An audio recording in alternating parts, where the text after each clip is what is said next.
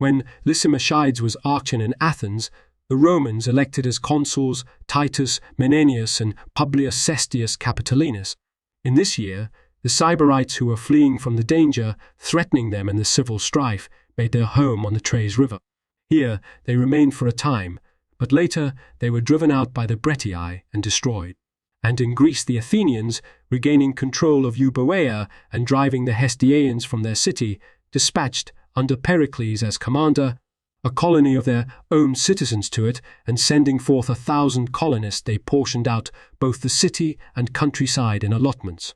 When Praxiteles was archon in Athens, the 84th Olympiad was celebrated, that in which Chryson of Himera won the stadion, and in Rome the following 10 men were elected to draft laws: Publius Clodius Regulanus, Titus Minucius, Spurius Viturius, Gaius Julius, Gaius Sulpicius, Publius Cestius, Romulus, Spurius Postumius Calvinus, Spurius Postumius Calvinus. These men drew up the laws. This year, the Thurians and the Tarentini handled up continuous warfare and ravaged each other's territory, both by land and by sea. They engaged in many light battles and skirmishes, but accomplished no deed worthy of mention. When Lysanias was archon in Athens, the Romans again chose 10 men as lawmakers: Appius Clodius, Marcus Cornelius, Lucius Minucius, Gaius Sergius, Quintus Publius, Manius Robulius, and Spurius Viturius. These men, however, were not able to complete the codification of the laws. One of them had conceived a passion for a maiden who was penniless but of good family, and at first he tried to seduce the girl by means of money, and when she would have nothing to do with him, he sent an agent to her home with orders to lead her into slavery. The agent, claiming that she was his own slave, brought her, serving in that capacity, before the magistrate, in whose court Appius charged her with being his slave. And when the magistrates had listened to the charge and handed the girl over to him, the agent led her off as his own slave. The maiden's father, who had been present at the scene and had complained bitterly of the injustice he had suffered, since no attention had been paid to him, passed, as it happened, a butcher's shop, and snatching up the cleaver lying on the block, he struck his daughter with it and killed her, to prevent her experiencing the violation which awaited her. Then he rushed out of the city and made his way to the army which was encamped at the time on Mount Algidus, as it is called. There he laid his case before the common soldiers, denounced with tears the misfortune that had befallen him, and won their complete pity and great sympathy. The entire body sallied forth to bring help to the unfortunates and burst into Rome during the night, fully armed. There they seized the hill known as the Aventine. When with the day the hatred of the soldiers toward the evil which had been done became known, the 10 lawmakers, rallying to the aid of their fellow magistrate, collected a body of young men with the intention of settling the issue by a test of arms. Since a great spirit of contention now threatened the state, the most respectable citizens, foreseeing the greatness of the danger, acted as ambassadors between both parties to reach an agreement, and begged them with great earnestness to cease from the civil discord and not plunge their fatherland into such serious distress.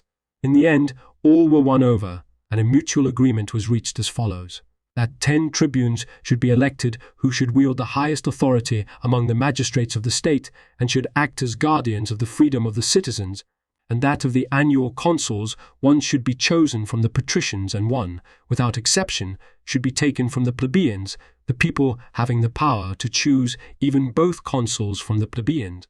This they did in their desire to weaken the supremacy of the patricians, for the patricians, by reason both of their noble birth and of the great fame that came down to them from their ancestors, were lords, one might say, of the state. It was furthermore stipulated in the agreement that when tribunes had served their year of office, they should see that an equal number of tribunes were appointed in their place, and that if they failed to do this, they should be burned alive. Also, in case the tribunes could not agree among themselves, the will of the interceding tribune must not be prevented. Such, then, we find, was the conclusion of the civil discord in Rome. When Diphilius was archon in Athens, the Romans elected as consuls Marcus Horatius and Lucius Valerius Turpinus. In Rome during this year, since the legislation remained unfinished because of the civil discord, the consuls brought it to conclusion. That is, of the 12 tables, as they are called, 10 had been drawn up, and the consuls wrote into law the 2 remaining. After the legislation they had undertaken had been concluded, the consuls engraved the laws on 12 bronze tablets and affixed them to the rostra before the Senate House. And the legislation, as it was drawn up, since it is couched in such brief and pithy language, has continued to be admired by men down to our own day. While the events we have described were taking place, the greater number of the nations of the inhabited world were quiet, practically all of them being at peace. For the Persians had 2 treaties with the Greeks, one with the Athenians and their allies, according to which the Greek cities of Asia were to live under laws of their own making, and they also concluded one later with the Lacedaemonians, in which exactly the opposite terms had been incorporated, whereby the Greek cities of Asia were to be subject to the Persians. Likewise, the Greeks were at peace with one another, the Athenians and Lacedaemonians having concluded a truce of 30 years. Affairs likewise in Sicily also were in a peaceful state, since the Carthaginians had made a treaty with Gelon. The Greek cities of Sicily had voluntarily conceded the hegemony to the Syracusans, and the Agrigantini, after their defeat at the river Himera, had come to terms with the Syracusans. There was quiet also among the peoples of Italy and Celtis, as well as over Iberia and almost all the rest of the inhabited world. Consequently, no deed of arms worthy of mention was accomplished in this period. A single peace prevailed, and festive gatherings, sacrificial festivals of the gods, and everything else which accompanies a life of felicity prevailed among all mankind. When Timocles was archon in Athens, the Romans elected as consuls Laer Herminius and Titus Stertinius Structor. In this year, the Samians went to war with the Milesians because of a quarrel over Priene, and when they saw that the Athenians were favoring the Milesians, they revolted from the Athenians, who thereupon chose Pericles as general and dispatched him with 40 ships against the Samians. And sailing forth against Samos, Pericles got into the city and mastered it, and then established a democracy in it. He exacted of the Samians 80 talents and took an equal number of their young men as hostages, whom he put in the keeping of the Lemnians. Then, after having finished everything in a few days, he returned to Athens. But civil discord arose in Samos, one party preferring the democracy and the other wanting an aristocracy, and the city was in utter tumult. The opponents of the democracy crossed over to Asia and went on to Sardis to get aid from Pissuthnes, the Persian satrap. Pissuthnes gave them 700 soldiers, hoping that in this way he would get the mastery of the island, and the Samians, sailing to Samos by night with the soldiers which had been given them, slipped unnoticed into the city with the aid of the citizens, seized the island without difficulty, and expelled from the city those who opposed them. Then, after they had stolen and carried off the hostages from Lemnos and had made everything secure in Samos, they publicly declared themselves to be enemies of the Athenians. The Athenians again chose Pericles as general and dispatched him against the Samians with 60 ships. Thereupon, Pericles fought a naval battle against 70 triremes of the Samians and defeated them, and then, summoning 25 ships from the Chians and Mysileians, together with them he laid siege to the city of Samos. But a few days later, Pericles left a part of his force to continue the siege and set out to sea to meet the Phoenician ships which the Persians had dispatched to the aid of the Samians. The Samians, believing that, because of the departure of Pericles, they had a suitable opportunity to attack the ships that had been left behind, sailed against them, and having won the battle they were puffed up with pride. But when Pericles received word of the defeat of his forces, he at once turned back and gathered an imposing fleet, since he desired to destroy once and for all the fleet of the enemy. The Athenians rapidly dispatched 60 triremes, and the Chians and Mysileians 30, and with this great armament Pericles renewed the siege, both by land and by sea, making continuous assault. He built also siege machines, being the first of all men to do so, such as those called rams and tortoises, Artemon of Clazomene having built them, and by pushing the siege with energy and throwing down the walls by means of the siege machines he gained the mastery of Samos. After punishing the ringleaders of the revolt, he exacted of the Samians the expenses incurred in the siege of the city, fixing the penalty at 200 talents. He also took from them their ships and razed their walls. Then he restored the democracy and returned to his country. As for the Athenians and Lacedaemonians, the 30-year truce between them remained unshaken to this time. These, then, were the events of this year. When Mirichides was archon in Athens, The Romans elected as consuls Lucius Julius and Marcus Geganius, and the Hellenes celebrated the 85th Olympiad, that in which Chryson of Himera won the stadion for the second time. In Sicily, in this year, Ducetius, the former leader of the cities of the Sicily, founded the native city of the Calactians, and when he had established many colonists there, he laid claim to the leadership of the Sicily, but his attempt was cut short by illness, and his life was ended. The Syracusans had made subject to them all the cities of the Sicily, with the exception of Trinace, as it is called, and against it they decided to send an army, for they were deeply apprehensive lest the Trinatians should make a bid for the leadership of the Sicily, who were their kinsmen. There were many great men in this city, since it had always occupied the chief position among the cities of the Sicily, for it was full of military leaders who took an inestimable pride in their own manly spirit. Consequently, the Syracusans marched against it after having mustered all their own armaments and those of their allied states. The Trinatians were without allies, since all the other cities were subject to the Syracusans, but they nonetheless offered a strong resistance. They held out valiantly against the perils they encountered and slew great numbers, and they all ended their lives fighting heroically. In like manner, even the majority of the older men removed themselves from life, being unwilling to endure the despite they would suffer at the capture of their city. And the Syracusans, after conquering in brilliant fashion men who had never before been subdued, sold the inhabitants into slavery and utterly destroyed the city, and the choicest of the booty they sent to Delphi as a thank-offering to the god. When Glaucides was archon in Athens, the Romans elected as consuls Titus Quintius and Agrippa Furius. During this year, the Syracusans, because of the successes we have described, built 100 triremes and doubled the number of their cavalry. They also developed their infantry forces and made financial preparations by laying heavier tributes upon the Sicily, who were now subject to them. This they were doing with the intention of subduing all Sicily, little by little. While these events were taking place, it came about in Greece that the Corinthian War, as it is called, began for the following causes. Civil strife broke out among the Epidamnians, who dwell upon the Adriatic Sea and are colonists of the Caesarians and Corinthians. The successful group sent into exile large numbers of their opponents, but the exiles gathered into one body, associated the Illyrians with themselves, and sailed together with them against Epidamus.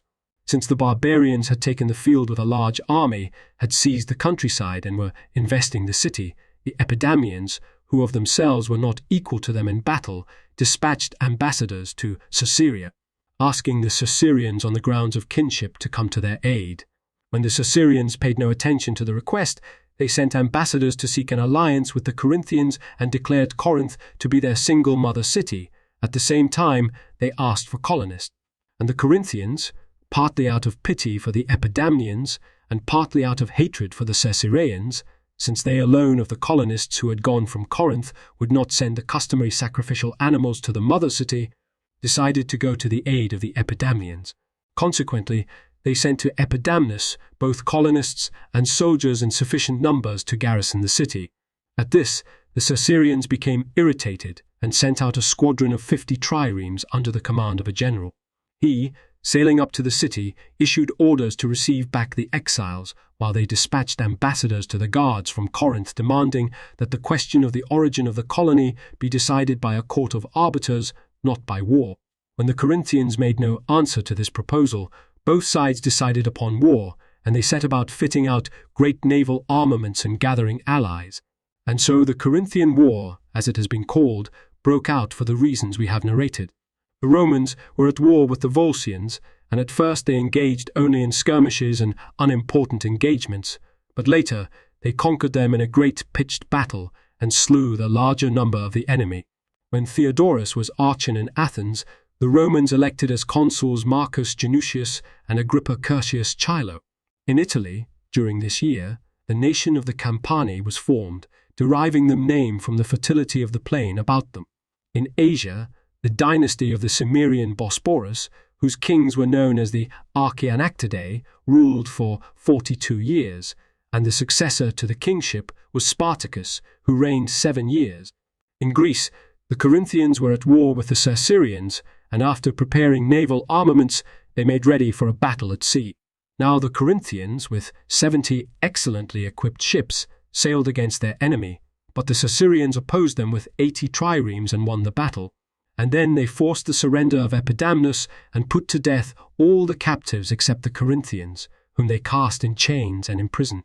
After the sea battle, the Corinthians withdrew in dismay to the Peloponnesus, and the Circassians, who were now masters of the sea in those regions, made frequent descents upon the allies of the Corinthians, ravaging their lands. At the end of the year, the archon in Athens was Euthymenes, and in Rome, instead of consuls, 3 military tribunes were elected: Aulus Sempronius, Lucius Attilius, and Titus Quintius. During this year, the Corinthians, who had suffered defeat in the sea battle, decided to build a more imposing fleet. Consequently, having procured a great amount of timber and hiring shipbuilders from other cities, they set about with great eagerness building triremes and fabricating arms and missiles of every description, and, speaking generally, they were making ready all the equipment needed for the war, and, in particular, triremes, of which they were building some from their keels, repairing others which had been damaged, and requisitioning still others from their allies. And since the Circassians were doing the same thing and were not being outdone in eagerness, it was clear that the war was going to increase greatly in intensity. While these events were taking place, the Athenians founded the colony of Amphipolis, selecting the colonists in part from their own citizens and in part from garrisons in the neighborhood. When Lysimachus was archon in Athens, the Romans elected as consuls Titus Quintius and Marcus Geganius Macarinus, and the Eleans celebrated the XXXII Olympiad, that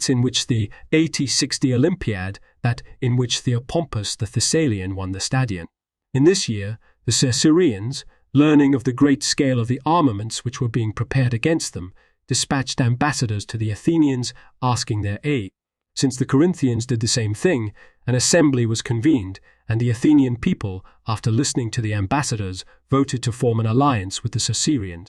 Consequently, they dispatched at once 10 fully equipped triremes and promised that they would send more later, if necessary. The Corinthians, after their failure to conclude an alliance with the Athenians, manned by themselves 90 triremes and received in addition 60 from their allies. With, therefore, 150 fully equipped triremes, and after selecting their most accomplished generals, they put to sea against Sisera, having decided to join battle at once. And when the Circassians learned that the enemy's fleet was not far off, they put out to sea against them with 120 triremes, including the Athenian. A sharp battle took place, and at the outset the Corinthians had the upper hand. But later, when the Athenians came on the scene with 20 additional ships which they had sent in accordance with the Second Alliance, it turned out that the Circassians were victorious. And on the next day, when the Circassians sailed against them in full force for battle, the Corinthians did not put out. When Antiochides was archon in Athens, the Romans elected as consuls Marcus Fabius and Postumus Aebutius Ulecus. In this year, since the Athenians had fought at the side of the Circassians and been responsible for their victory in the sea battle, the Corinthians were incensed at them. Being eager, therefore, to retaliate upon the Athenians, they incited the city of Potidaea, which was one of their own colonies, to revolt from the Athenians. And in like manner Perdiccas, or the king of the Macedonians, who was also at odds with the Athenians, persuaded the Chalcidians who had revolted from the Athenians to abandon their cities on the sea and unite in forming a single city known as Olynthus. When the Athenians heard of the revolt of the Potidaeans, they dispatched 30 ships with orders to ravage the territory of the rebels and to sack their city, and the expedition landed in Macedonia, as the Athenian people had ordered them to do, and undertook the siege of Potidaea. Thereupon the Corinthians came to the help of the besieged with 2,000 soldiers, and the Athenian people also sent 2,000. In the battle which took place on the isthmus near Pallene, the Athenians were victorious and slew over 300 of the enemy, and the Potidaeans were entirely beleaguered. And while these events were taking place, the Athenians founded in the Propontis a city which was given the name of Astacus. In Italy, the Romans sent colonists to Ardea and portioned out the land in allotments. When Crates was archon in Athens, the Romans elected as consuls Quintus Furius Fusus and Manius Papirius Crassus. This year in Italy, the inhabitants of Thurii, who had been gathered together from many cities, Divided into factions over the question from what city the Thurians should say they came as colonists and what man should justly be called the founder of the city. The situation was that the Athenians were laying claim to this colony on the grounds, as they alleged, that the majority of its colonists had come from Athens, and, besides, the cities of the Peloponnesus, which had provided from their people not a few to the founding of Thurii, maintained that the colonization of the city should be ascribed to them. Likewise, since many able men had shared in the founding of the colony and had rendered many services, there was much discussion on the matter, since each one of them was eager to have this honor fall to him. In the end, the Thurians sent a delegation to Delphi to inquire what man they should call the founder of their city, and the god replied that he himself should be considered to be its founder. After the dispute had been settled in this manner, they declared Apollo to have been the founder of Thurii, and the people, being now freed from the civil discord, returned to the state of harmony which they had previously enjoyed. In Greece, Archidamus, the king of the Lacedaemonians, died after a reign of 42 years, and Agis succeeded to the throne and was king for 25 years. When Absudes was archon in Athens, the Romans elected as consuls Titus Menenius and Proculus Geganius Macarinus. During this year, Spartacus, the king of the Bosporus, died after a reign of 7 years, and Seleucus succeeded to the throne and was king for 40 years. In Athens, Meton, the son of Pausanias, who had won fame for his study of the stars, revealed to the public his 19-year cycle, as it is called, the beginning of which he fixed on the 13th day of the Athenian month of Syrophorion. In this number of years, the stars accomplish their return to the same place in the heavens, and conclude, as it were, the circuit of what may be called a great year. Consequently, it is called by some the year of Meton, and we find that this man was astonishingly fortunate in this prediction which he published, for the stars complete both their movement and the effects they produce in accordance with his reckoning. Consequently, even down to our own day, a larger number of the Greeks use the 19-year cycle and are not cheated of the truth. In Italy, the Tarentini removed the inhabitants of Cyrrhus, as it is called, from their native city, and adding to them colonists from their own citizens, they founded a city which they named Heraclea. When Pythodorus was archon in Athens, the Romans elected as consuls Titus Quincius and Nitus Menenius, and the Eleans celebrated the 87th Olympiad, that in which Sophron of Ambracia won the stadion. In Rome in this year, Spurius Maelius was put to death while striving for despotic power, and the Athenians, who had won a striking victory around Potidaea, dispatched a second general, Phormion, in the place of their general Callias, who had fallen on the field. After taking over the command of the army, Phormion settled down to the siege of the city of the Potidaeans, making continuous assaults upon it, but the defenders resisted with vigor, and the siege became a long affair.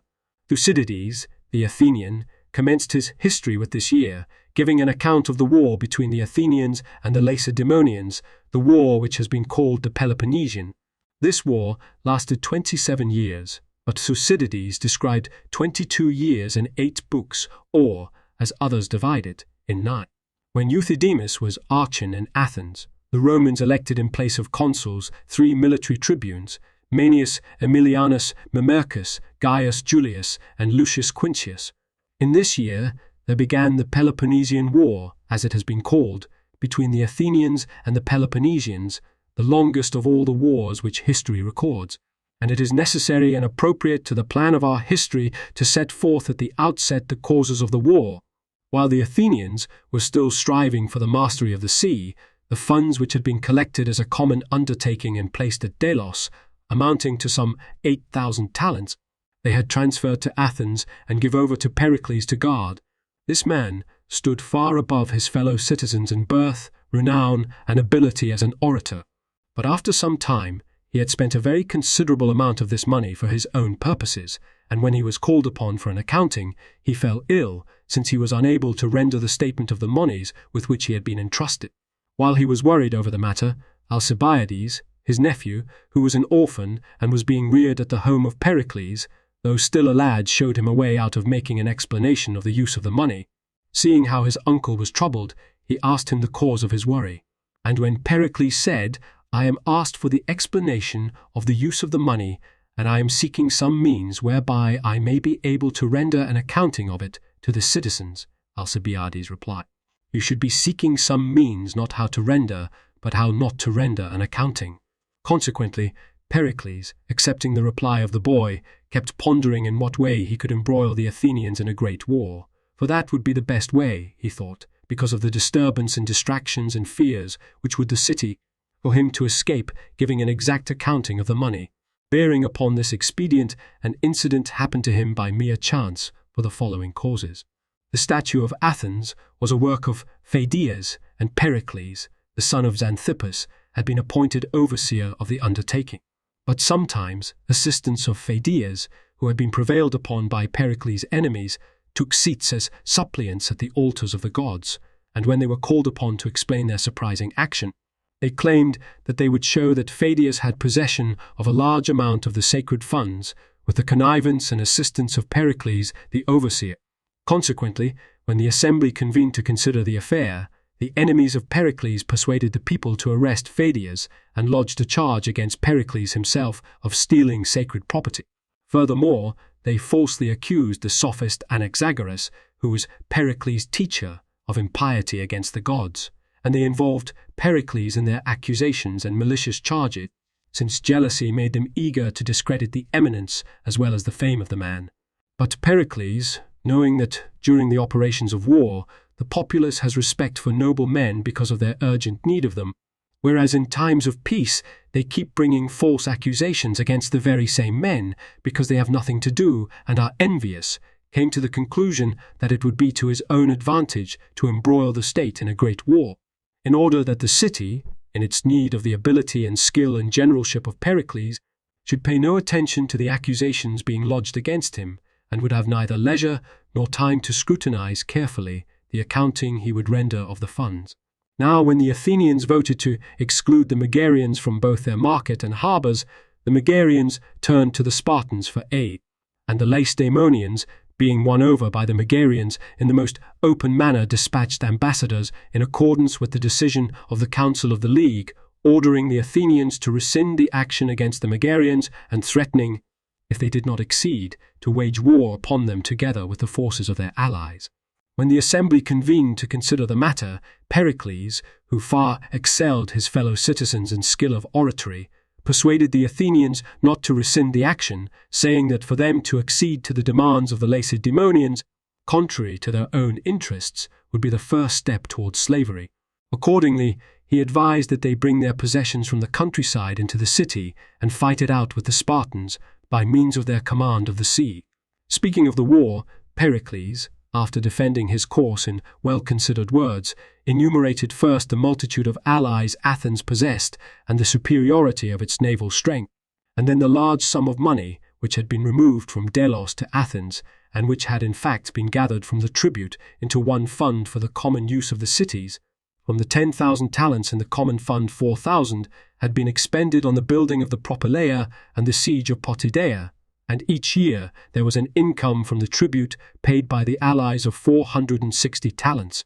Beside this, he declared that the vessels employed in solemn processions and the booty taken from the Medes were worth 500 talents, and he pointed to the multitude of votive offerings in the various sanctuaries and to the fact that the 50 talents of gold on the statue of Athena for its embellishment was so constructed as to be removable, and he showed that all these, if dire need befell them, they could borrow from the gods and return to them again when peace came, and that also, by reason of the long peace, the manner of life of the citizens had made great strides toward prosperity.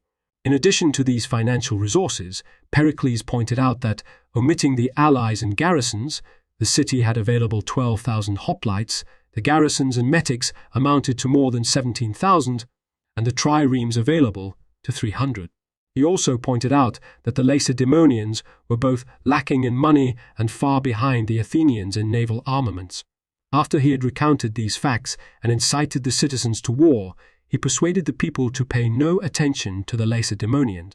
This he accomplished readily by reason of his great ability as an orator, which is the reason he has been called the Olympian. Mention has been made of this even by Aristophanes, the poet of the Old Comedy, who lived in the period of Pericles, in the following tetrameters: O ye farmers, wretched creatures, listen now and understand. If you fain would learn the reason why it was peace left the land, Pheidias began the mischief, having come to grief and shame. Pericles was next in order, fearing he might share the blame, by his megare enactment lighting first a little flame. Such a bitter smoke ascended while the flames of war he blew, that from every eye in Hellas everywhere the tears it drew. And again in another place, the Olympian Pericles thundered and lightened and confounded Hellas. And Eupolis the poet wrote, one might say persuasion rested on his lips, such charm he'd bring, and alone of all the speakers and his listeners left his sting. The Loeb editor's notes: 1. The famous Decemvirate. 2. The sources do not agree on the names.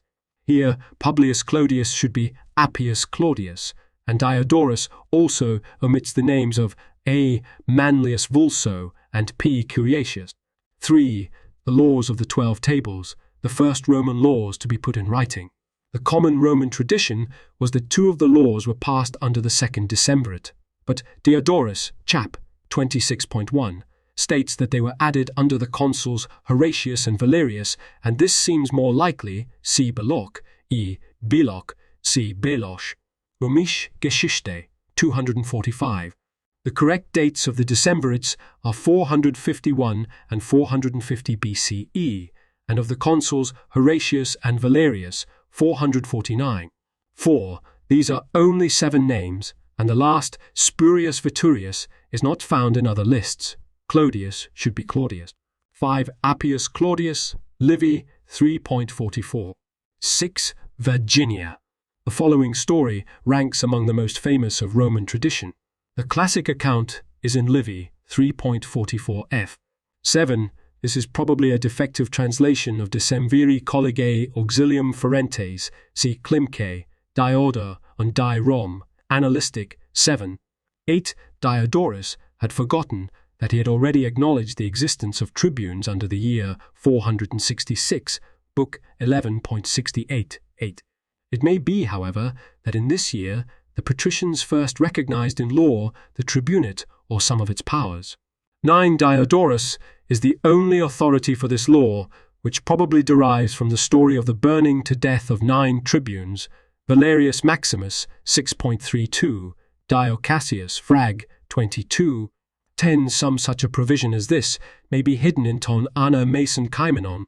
See Eduard Meyer, Untersuchungen über Diodors Römische Geschichte, Rhein, Museum, 37, 1882, 610-627, especially Pap 618f, where he discusses the defective tradition which Diodorus has followed in the legislation described above. 11. This is the treaty given in chap. 4.5. 12. Thucydides, 1.115, says 50. 13. The Assyrians had siege machinery several centuries earlier than this. 14. For the third time, CP. Chaps, 5 and 23. 15. The inhabitants of Caelact, CP. Chap, 8.2 supra. 16. The correct date is 435 BCE. 17. The Epidamnians were in fact colonists of Sisera, which was a colony of Corinth. 18. The Illyrians. 19. CP. Livy, 3.66. 20. Campania is probably derived from the Latin word campus, plain. 21. The capital of this kingdom was Panticapaeum, on the present Straits of Kerch. 22. This refers to the vote of the Athenian assembly, just above, to send more later if necessary. 23. Eulochus is a corruption of Alba or Elva. 24. C. Chap. 11. 25. Archidamus died in 426 BC. This error on the part of Diodorus is all the more surprising since he states that Archidamus led an army into Boeotia in 429 chap. 40, 7.1 and invaded Attica in 426 chap. 52.1. 26. The Straits of Kerch. The kingdom included all the territory about the Sea of Azov. 27. According to Philochorus, Skol, to Aristophanes, Av, 997, what Meton set up was a sundial on the wall of the Tyches. 28. Meton certainly was too good an astronomer to have spoken of stars. This metonic cycle was designed to adjust the lunar year, which all the Greeks used, to the solar year. Its scheme called for the intercalation of 7 lunar months in the 19 years. Modern computation shows that 235 lunations are 6,939 days, 16.5 hours, and 19 solar years are 6,939 days, 14.5 hours. An inscription from Miletus reveals that in 432 BCE, the summer solstice, which is the beginning of the solar year, fell on the 13th day of the month Syrophorian, the date given by Diodorus for the beginning of Meton's 19-year cycle. CBD Merit, the Athenian calendar in the 5th century, Pati 8. 29, on the Gulf of Tarentum. 30 Thucydides wrote a continuous account, and the ancients knew of divisions into as many as 13 books. 31. The following causes are clearly drawn from a violent anti-Periclean source, and Diodorus himself appears to wish to disavow them when he states, chap. 41.1, that he has taken them directly from Ephorus. 32 given as 10,000 in chaps. 40.2, 54.3, Book 13.21-2. 33 in 454 BCE. 34. The gold and ivory statue in the Parthenon. 35. The general name given the teachers of advanced education in the 5th century. 36. Anaxagoras was one of the most distinguished physical philosophers of Greece, who maintained that the universe was directed by unchangeable mind and tried to give a natural explanation of eclipses, rainbows, the heavenly bodies, of which he said the sun was a mass of blazing metal larger than the Peloponnesus, and other phenomena of nature. Of course, such teaching ran counter to the popular polytheism of the day.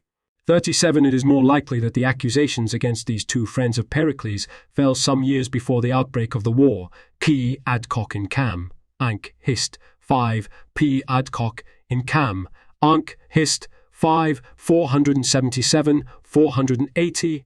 At any rate, Thucydides' account of the causes of the war makes no mention of either Pheidias or Anaxagoras. 38. The Peloponnesian League. 39. The entrance to the Acropolis. 40 Peace, 603, 606, 609, 611, in imitation of Archilochus. The translation is that of Rogers in the LLCL, slightly changed where the Greek of Diodorus varies from the accepted text and because of the missing lines. 41 Acharnians, 531, 532. 42 Frag. 94, 11.57 Cock.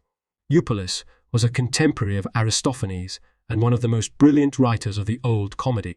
The previous next to images with borders lead to more information.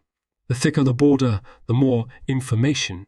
Details here, thanks to Jonah Lendering of Livius for sharing in the labor of proofreading the web transcription of this book. Up to Diodorus Classical Texts, Lacuscurtius Homer page or image on this site is in the public domain only if its URL has a total of 1 asterisk. If the URL has 2 asterisks, the item is copyright someone else and used by permission or fair use. If the URL has none, the item is C. Bill Thayer. See my copyright page for details and contact information. Page updated 11 May 18.